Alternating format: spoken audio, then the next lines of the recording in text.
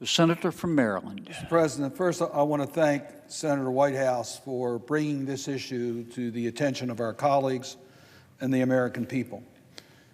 As Senator Whitehouse points out, we've seen from the White House, from the President, an effort to try to undermine the credibility of the independent investigation being done by the Department of Justice under Mr. Mueller.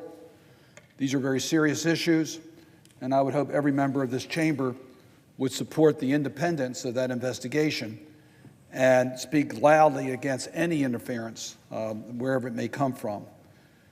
But then Senator Whitehouse has brought up the second issue, and that is that Mr. Putin has been extremely active in regards to activities against U.S. interests. And I appreciate Senator Whitehouse referencing a report that I authored released on January the 10th of this year.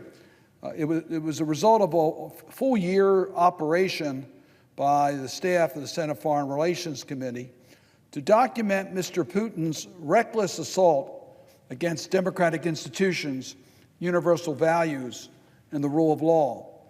The asymmetric arsenal that he uses to accomplish that attack against democratic institutions, which includes cyber attacks, disinformation, support for fringe political groups, weaponization of energy resources, organized crime, corruption, and yes, military aggression. He has used every one of those tools to compromise democratic institutions in Europe and yes, in the United States. Mr. Putin was extremely active in the 2016 election. That has now been verified without any question. And the report that I authored goes through 19 European countries in which Mr. Putin has been active against democratic institutions. I might share with my colleagues that the president of the OSCE Parliamentary Assembly was in town today. He's meeting with government officials. He knows firsthand Mr. Putin's aggression, because there are Russian troops in Georgia today affecting its sovereignty, as there are Russian troops in Moldova, as there are Russian troops in Ukraine. The people of Montenegro saw the hand of Mr. Putin when he helped a coup against their authority. The people of the United Kingdom saw Mr. Putin's efforts as he got involved in the Brexit referendum. The people of France and Germany saw Mr. Putin's aggression as he tried to interfere with their free elections. Countries have stepped up. They've said enough's enough.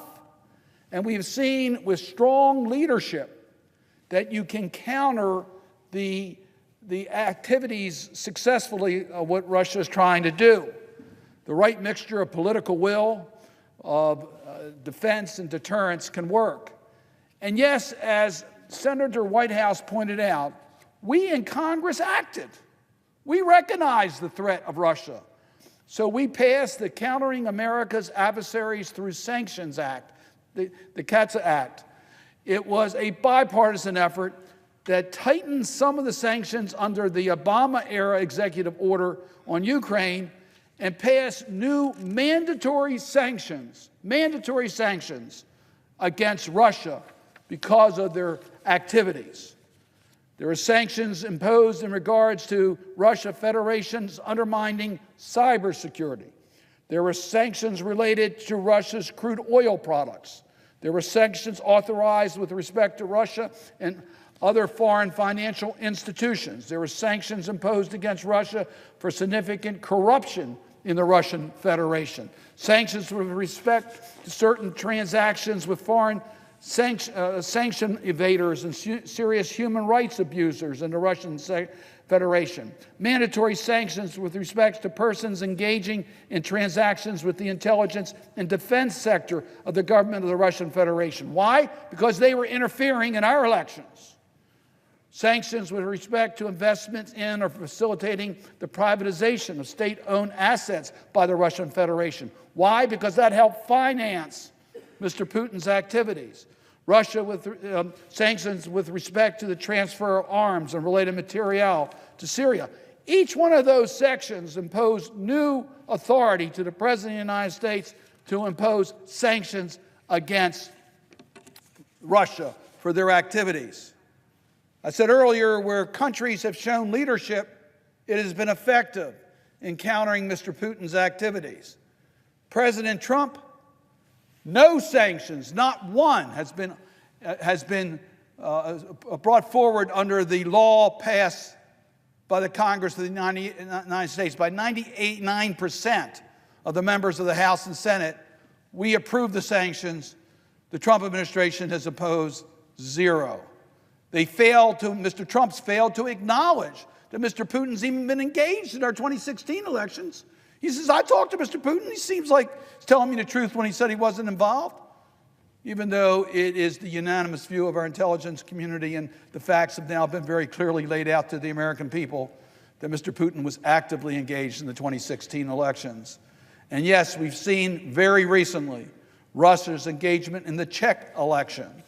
We've seen this movie before. The candidate advocating for stronger ties to the European institutions was targeted by a barrage of fake news stories that spread across online platforms, which he alleges were directed by Russian security services and entities tied to them, a direct assault against the Czech Republic's democratic institutions.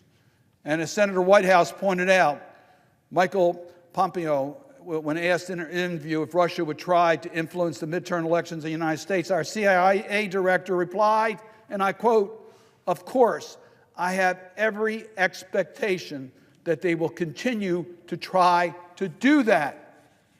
So where is the Trump administration in taking action to protect our democratic institutions? Mr. President, this is not a partisan issue. There's a long tradition in Congress of Republicans and Democrats working together to counter Russia government aggression abroad and abuse against its own citizens, our allies and democratic institutions. The sanction bill passed in 2017 was with near unanimous support. It was crafted and developed through Democrats and Republicans working together. The strength and durability of our political system relies on such bipartisan solutions to our national security challenges. I hope that the recommendations that were in the report I referred to earlier, and there's a series of recommendations, from working with our allies to develop counter cybersecurity issues, to working in NATO to understand what the Article 5 response should be to cyber attacks, to making alternative ways to remove the impact of Russia using energy as a weapon. There are numerous, but it starts with presidential leadership. We must take care to point out that there's a distinction between Mr. Putin's corrupt regime and the people of Russia, who have been some of his most frequent and long-suffering victims. Many Russian citizens, like Sergei Magnitsky, strive for a transparent, accountable government that operates under the democratic rule of law. And we hope for better relations in the future with a Russia government that reflects these imperatives. In the meantime, the United States must work with our allies to build defenses against Mr. Putin's asymmetric arsenal and strengthen our international norms and values to deter such behavior by Russia or any other country. It starts with the leadership from the White House. It starts with imposing the sanctions that were approved by Congress.